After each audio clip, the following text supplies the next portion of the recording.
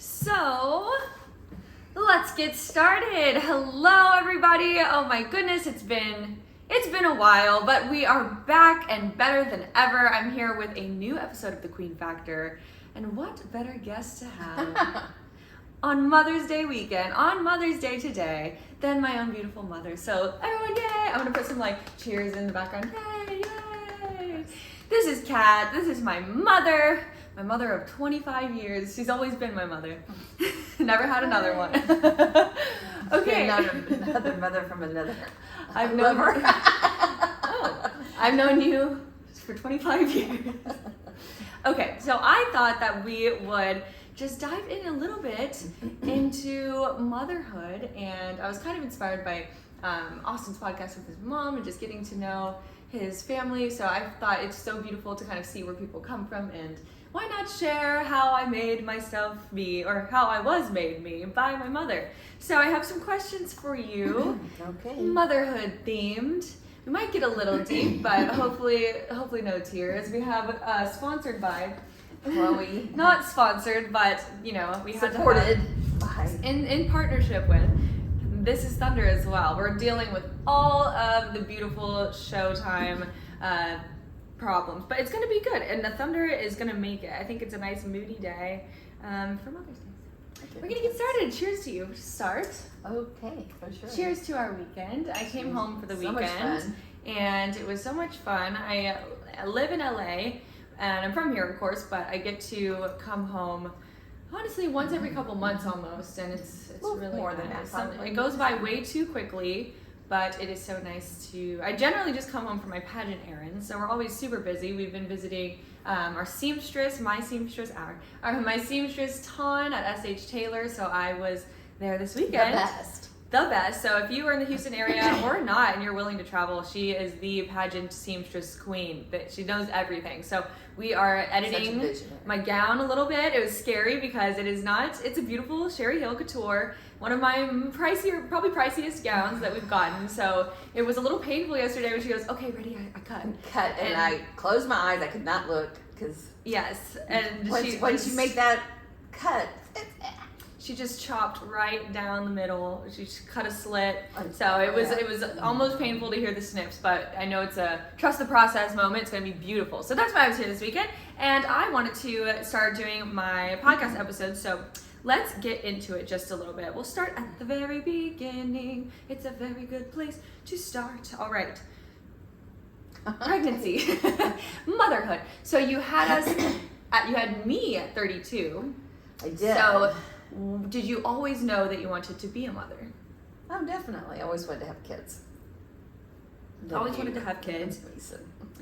Kids. Don't know about you guys, but no, just kidding. And so you met Dad, my father. They're now divorced, but they met. Oh, what was it? I don't know, 19-something. I have no clue. I'm not a numbers person. 1990-something. Well, you were born in 97, so it was 95 when I met him. Got married in 96 and had you in 97. Yes, so she was 32. So do you feel like waiting a little bit and kind of getting your younger years over with? There's every way to be a mom, and it doesn't matter if you have kids right away. Some people like to, but do you feel like you are happy with the timeline of your life? Definitely. I mean, some people have children early on, and my whole family always thought that I was going to be the first one to get married. I wanted 7, first one to have kids, and actually it didn't happen that way, but you just, like you said, trust the process and know when you meet the right person or not. But I don't have any regrets having kids later in life. I felt like I wasn't ready maybe, and got all my playing and partying out and had a lot of fun. And then I was ready to settle down and be serious and take motherhood as a full-time job. Right, and you say the right one or not the right one, and it's part of the regret. I'm going to ask you a regret question later, but it's not necessarily that maybe he was the wrong one for you, but in God's timing, in God's path, he was the right person at this time because you everything happens for a reason, and we have our family now. Mm-hmm. So. Was it recording? Yeah. Okay, so make sure that what if people talked about all this and it wasn't on. It's still on. We're still going. I can see it in Just the a room. little- No, I thought that as well. Okay, And it's happened. happened. No, it's not gonna be an hour. It's happened many a times when, or for me, it's like when I do a project, like I wait to the last minute because that's just who I am. But for school, I would write an essay or do a project or like something, and it'd be like, oh, it wasn't recording, or like, oh, deleted, like not saved. So that's just my luck. But we're good here. We're good still. So that's where she gets that from. So here we are in the middle of an interview, and I'm making sure that the recording's on. You gotta. It's good. It's good to double check. Okay, so you were with my dad for almost 7 years. 7 years before having me. No. Oh, how many years before? Not that long. No, yeah, no. We met in 95, got married in Okay. 96, and had you in 97. So right away. And then how was your pregnancy journey? You can go ahead and tell the story. We do this tradition every year on our birthdays. My mother tells our pregnancy stories. So we obviously are going to get into some motherhood, but it's such a fun story for me to listen to. It's been a while since I've heard it. So go ahead. When you first got pregnant with me, what did you think? Well, I was huge. And you were... I was huge. Inside you were huge, yeah. And you were breech, actually. Your head was here, like I had a third boob. And you were doing karate and everything, and taekwondo, or whatever. Moving around. Maybe I was dancing. But so I went to Dr. Jackson, who has now passed, but he was a wonderful OBGYN. And I went to go see him, and he said, it was 2 weeks early, and he said, you want to have her tomorrow? And I was like, Yeah. hell to the yeah. So I hadn't gone into labor or water break or anything like that, and then I was sleeping on the couch because you're just so miserable. And I actually did go into labor, and I remember your dad wanting to take a shower before he took me to the hospital. I was like, what? So it's So, just no time, sir. I'm And like, no. good thing you feel clean and look good. Like, I'm so glad you took care of that for yourself. Yeah. Like, you feel good? Great. Now maybe I could have a baby. Like, Yeah. okay. Yeah, so I did go into labor, and the contractions were like less than 5 minutes apart, and we were just like, oh, I'm good. I'm good. We got a little psychotic back and forth. Anyway, I just went to the hospital. They wheeled me in. Gave me the epidural. I was early. 2 weeks Because early. you were so big. When I was born, I was 10 pounds and 9 ounces. So I was ready, said, but you I can't was carry still, anything over 10 pounds. I was like, well, what am I supposed to do with my baby? and I was still going to keep growing in there. It was crazy. So not quite. It was supposed to be born on Christmas Eve. Born early. C-section. Definitely C-section, yeah, for C-section. And then my brother is 2 years and 2 months to the day born. So you got pregnant in about a year He and was a half. transverse, so he was sideways, and he was 3 weeks early. And he was a fatty too. Yeah, I mean, he was 8.5 pounds, but he was 3 weeks early. But that's big. Yeah. Yeah. But it's a whole different experience because I went in labor with you, but not with him, and my water broke with him and not with you. So every pregnancy, every time, it's not the same thing ever. So you could have, 7 kids, like my mom did, and every single birth is completely different. Yeah. So you were one of 7 children. My mom. She's the youngest girl. She's the second to youngest child. Do you feel like we'll get into the lessons of motherhood in your fondest moments and everything, but do you feel like your mother was a good example and prepared you well for motherhood? Well, yes and no. I mean, every situation's different, and she was widowed with 7 kids under the age of 10. You can imagine that. So there was some medication going on there for her part to try to cope with life, but she was great. She was strong and raised us all to be independent, strong people, adults, whatever. So, yeah, I mean, I got a lot of her strength from her. Yeah, times were different, but the fact that she was able to support all of you as a single mom back in the day, obviously things were a little different, but I think she was such a strong woman. Well, y'all both had a great connection. Yeah. With all the other grandchildren. My Meemaw is her name, and she was just the best grandma. I don't have any grandparents anymore, and I never knew my grandfathers.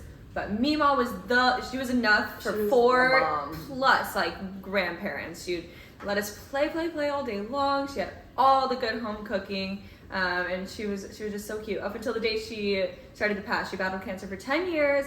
And she was drinking little beers and stuff, and her margaritas up until the day. So she was strong. Okay, so with Mason, the birth story, it was funny because you said you had a different situation with how you got to the hospital. Yeah, so we lived in Nixon, Missouri, Misery. It's horrible. Don't live there. Don't go there. It's the worst state. Don't go there. It's a state of misery. So my water broke with him like at the 5 o'clock in the morning, and I called my sister, and she was go to the hospital. I said, I don't want to go. I just want to go back to bed. she can't. And not to get too gross, but your body just keeps making new amniotic fluid. So when your water breaks, you just keep. Oh my gosh. So it'd be gross, and just put like a little towel up in there, and I drove myself to the hospital. And checked in. I got a primo parking spot, and I checked myself in, carried my little bag. Where was Dad? He was at work. So I had a Coke and Red Hot tamale candy as I was eating on the way there. You might as well eat whatever you want. Because I know they're going to tell me I couldn't have anything. So, and then my doctor, because it was 3 weeks early, thought I should go to his office. And I didn't want to lose my primo parking spot. So I walked from the hospital to the doctor's office with this You're towel on crack. You're crazy. And went out, and then he actually tells me, well, I think he thought for a second that he saw another baby, and then I just wanted to punch him. I go, you don't tell someone. No, like now, the worst doctor ever. Maybe just Mason's little butt cheeks or something. But I guess at 3 weeks early, they're afraid their lungs aren't fully developed, so that's why he wanted me to go there. But I was by myself, and anyway, everything was good. We'll be back in, and had to wait all day. You crawled in bed with me at the hospital. Mason was like my little Cabbage Patch doll. My little Coke there. Yeah. And they were like, I guess it's my daughter's. At 2 years old, I said, yeah, here's her Coke. It's mine. That's funny. Red Hot toys. Well, anyway. You deserve it. Yeah. So it was great, other than the pain, the medicine wore off early, and I was in the recovery room screaming bloody murder after my sex. No, your epidural, because you had epidural for both. Yeah. And you said it started wearing off with Mason. Oh my god. Yeah, early. Ooh, woo. Just screaming, and the doctor's like, quiet her down. And then they gave me some pain medicine, and they actually gave me 10 times the amount. I don't know how I'm alive. 10 times? The amount of pain medicine. So I was just like drugged up. They brought me the baby. They brought me Mason. The baby. And I was just like, what'd I do with them? Like, I feel so good. He goes, yeah, because you're higher than. He goes, what is this? What is this thing? Whose is this? What do I do with this? Well, we turned out okay. So all's good. Everyone's healthy and alive, and yeah, I think we definitely are pretty healthy. Like my mom didn't raise us as those super clean, like very germaphobe family. So like pacifier, on the floor, there was some dirt in it. Pacifier fell on the floor. She's like, nah. And I feel like we have strong immune systems. But that's good. Like yeah. so many people are like, I gotta sterilize everything, and I let you get dirty. I let you build up your immune system and not be, and that's important. Because you and Mason are extreme. I'm very healthy. Y'all are both very healthy. Right. I mean, maybe we have like a little seasonal allergy or something, but for the most part, yeah. Okay, so getting into a little bit of parenting, we won't get too deep, but you and Dad divorced when I was 5 years old. So you had been together for 7 years, and there's different feelings. Every couple is different, but tell us how you knew that you knew you're making the right decision when you decided to follow through with the divorce. When you're contemplating getting divorced, it's never easy, especially when you have young children. But I was very thorough. I did a lot of research on children being resilient and getting divorced when your kids at a young age and how it affects them. And there's so many couples that stay in a loveless and healthy marriage because they say they're sticking it out for the kids, and actually that's the worst thing you could do. So if you know that you are not meant to stay with that person, your kids are going to be okay. And if you were to stay in a loveless marriage and you wait till they're older, it's just as hard, if not harder, on the kids, because then they feel like you stuck it out for them, but you've been unhappy all these years. And your kids need to see a healthy relationship and a loving relationship. Right. And if you're not in a loving relationship, then what are you teaching your children? Right, and what are you going to settle for as far as standards? And I don't really have a lot of memories of you and Dad together, but the faint ones that I do are literally of you fighting. And that's what I remember, is coming home and you guys yelling. And I was so young, but I don't remember that.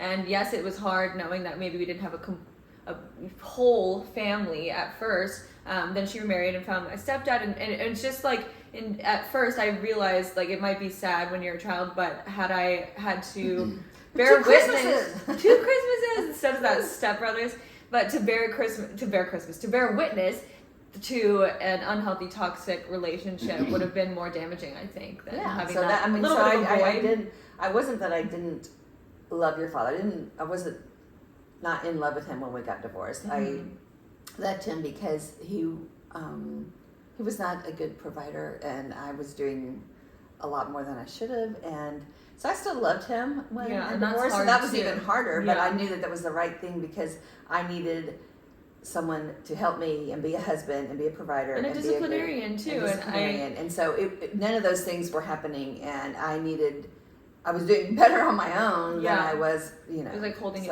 And I love my father, and I do have a relationship with him, but I say when I talk about our childhood that I was pretty much raised by a single mom. Even though you were married too, we didn't have much of a relationship with my stepdad, who did pass away 10 years after they were together. But it's just like, I felt like it was a single home family. I was raised by a single parent. Like when I did see dad, the contributions to my learning, my field trips, my dance, my everything came from you for 2 parents by yourself. And we didn't grow up with, there was financial insecurity, but I just remember like never knowing. I knew that I could see other friends, maybe I don't have certain things, but every time I felt like I had what I needed, and she was paying hundreds of dollars for our lessons, and she let us try every single activity before we found what we wanted to. And that was something you were not compromising on. You were like, you're going to be in your trainings, you're going to be in your dance, and you let us quit when we wanted to, which is a little bit of a regret when we were in high school or older. Some things we let go,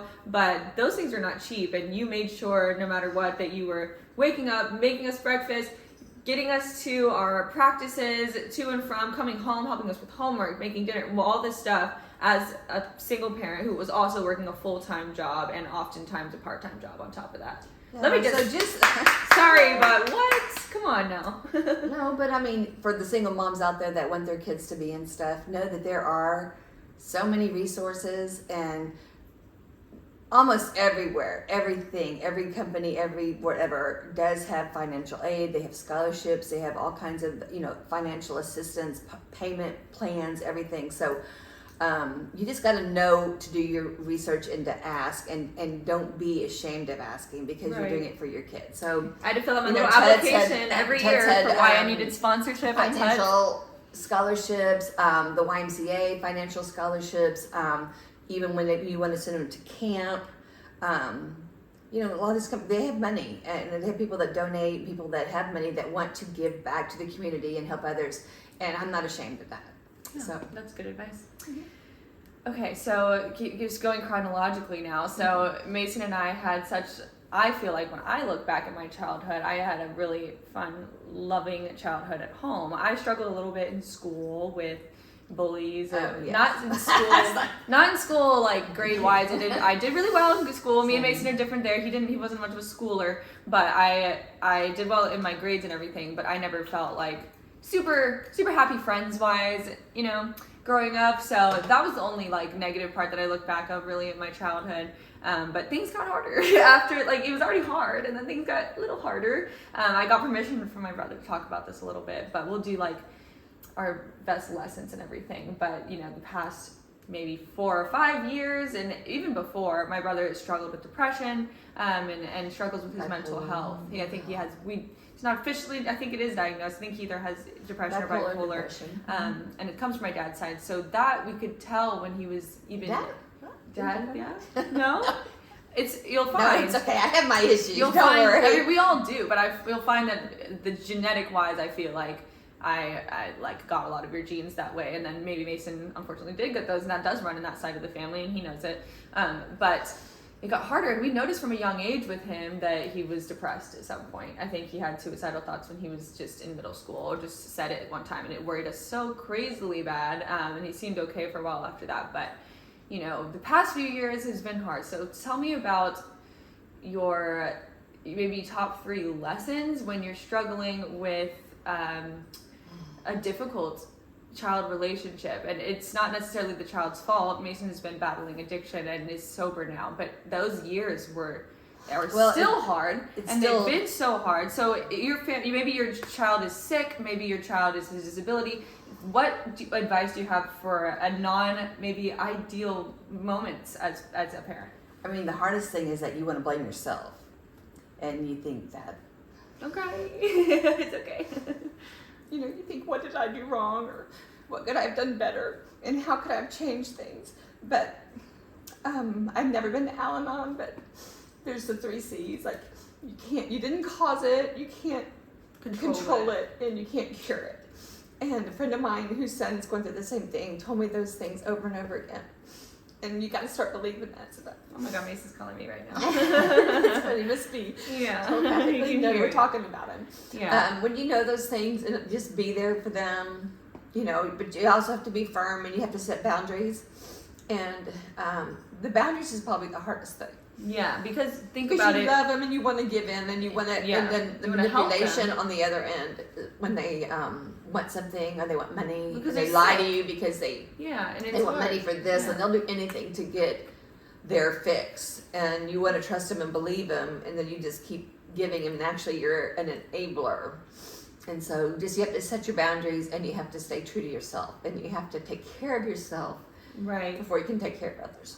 Right, exactly. And it's almost like even me living far away, it's like there's a guilt there that you can't not feel, but you can't use that as like, it can't be a blame for you because if it, no matter how they found out or how they found it, there's always going to be something that could happen. And I was there all of the 25 years of you teaching me what not to do and right from wrong, and that doesn't mean like that we're gonna always, follow through, and then you can have an actual you weren't disease. Perfect. You did some stuff too, but you still, but you have a different gene. But he doesn't. He has a genetic addictive gene, and so everyone has addictions in some way, and it's difficult with which ones of those are more detrimental to your health. Like I'm probably addicted to my phone for sure, and that's definitely not healthy. But those things are, not scientifically going to necessarily damage you. So I mean, it's something you didn't think that you were going to have to do as a mother, and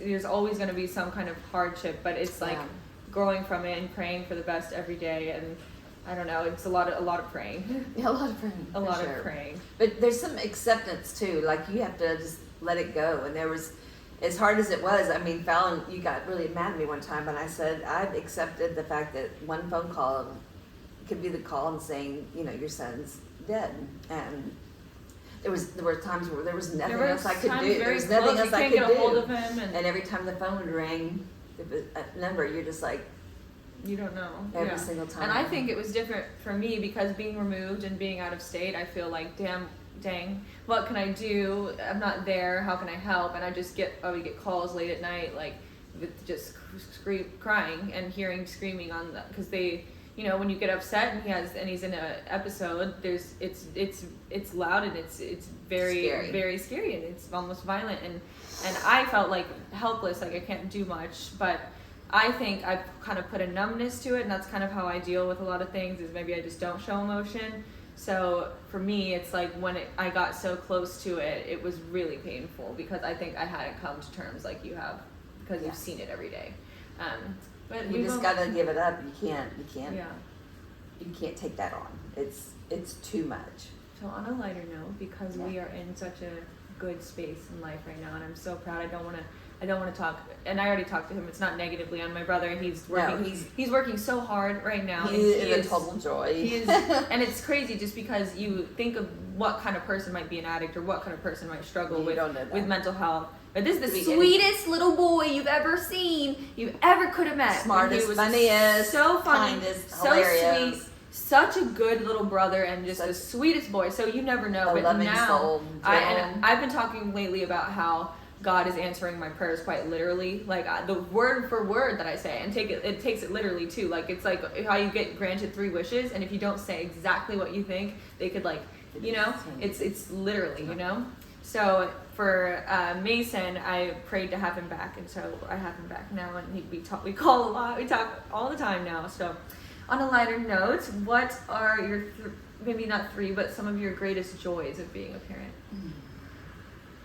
Well, I mean, just every day. I am fortunate enough to have a great relationship with both of my children, and I talk to them every single day. And people, my friends, they just can't believe that. Like, and it's not a lot. I mean, maybe it's just something really small and quick, but for the most part, I know everything that's going on, and maybe I tell them too much, and they tell me too much. But it's okay. I mean, I don't regret that. We are very close. Yeah. And you have a different, not necessarily different approach, but growing up, I know like some people's parents who were what they call helicopter, or just very controlling and very always, watching you and making short, like just limiting a little bit when it comes to fun things, I gave you a lot which is of freedom. safety and protection. But you had an approach where if you knew where I was going and you knew freedom, who I was with, you were a little more lenient. And I think that kind of helped me not feel the need to go off the deep end like preacher's daughter wise, Yeah. And like if your friends were over, or if you were over at friends, I would even, in high school, I would rather you just stay there, guys or not. Guys at my house, our house, you stay at their house, as long as you're in and just not out on the streets and driving around and, whatever. You can have fun at the house and just stay there. And I would call parents and say, no, your kids are fine. They're all sleeping on the couch together, having fun, watching TV and whatever. So yeah, I'm grateful for that for sure. Any regrets for my final question of regrets? I do wish I had been more of a disciplinarian. It's kind of contradictory to what I was just saying, right. But I think like if I had made Mason do more things, be more accountable, and be more of a disciplinarian, that maybe he wouldn't have taken the path that he has. But same with me. I could be the what ifs. You can't. And I could be yo-yo ma right now if I never, make her do the piano more, make her do this, and but the one thing I learned from my mom is you don't do the what ifs, because you will drive yourself crazy. Well, what if we had stayed in New Orleans? What if I had not gotten divorced? What if it will eat at you, and you live for the here and the now, and when you make the best decision for your life at that time, and you don't do what ifs, because that will eat you up, and you just can't. This is where I was, this is where I am right now, this is a decision I'm making, and you have to be okay with it, and then you take it from there. And you don't look back, and you believe everything happens for a reason, and now, however hard life was and life can be, what is just the best part about being a mom? And you like your life now and how things turned out. Things are great. Pretty good. I mean, I'm extremely happy. I think I'm probably healthier than I've ever been. I'm taking care of me and doing all kinds of healthy stuff, walking 8 miles and dating, and just having a good time and work. And I have this beautiful home, and But it's something that we didn't grow up with, so.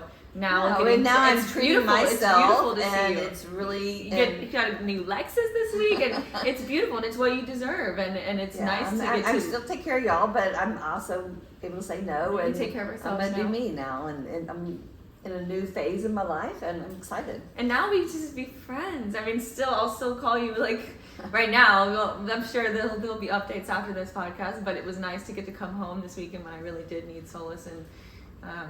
A mother's love this weekend particularly. Lots of laughing, but now it's just beautiful because we can just be friends, and always need your advice. Just make the best decisions. Don't beat yourself up. Be kind to yourself, and if you're going through problems, it's temporary. Yeah, nothing lasts forever. And this too shall pass. Time heals all. Her wrist tattoo says this. Is that the one? This too shall pass. Did that not self be true? Another one. This too shall pass. But it's true, and it seems like when you're in the low. People are going through so much. We never really stay down because we're grateful. We might have a moment, or depressed for a day, or cry for an hour, and kind of waller and go, "Why me?" Whatever, but. Don't stay that way too long. Just know that some people have it so much worse, and just be grateful for what you have. And God will get you through it. Yep, everything happens for a reason. Well, I have a flight to catch, so thank you for being my lovely guest, Mama. My lovely daughter, my lovely son. Anyway, that was fun. Thanks. All right, thank you guys. We'll be back in another episode. Happy Mother's Day to all the beautiful moms. Happy Mother's Day. Thanks, Mama. Bye. Love you.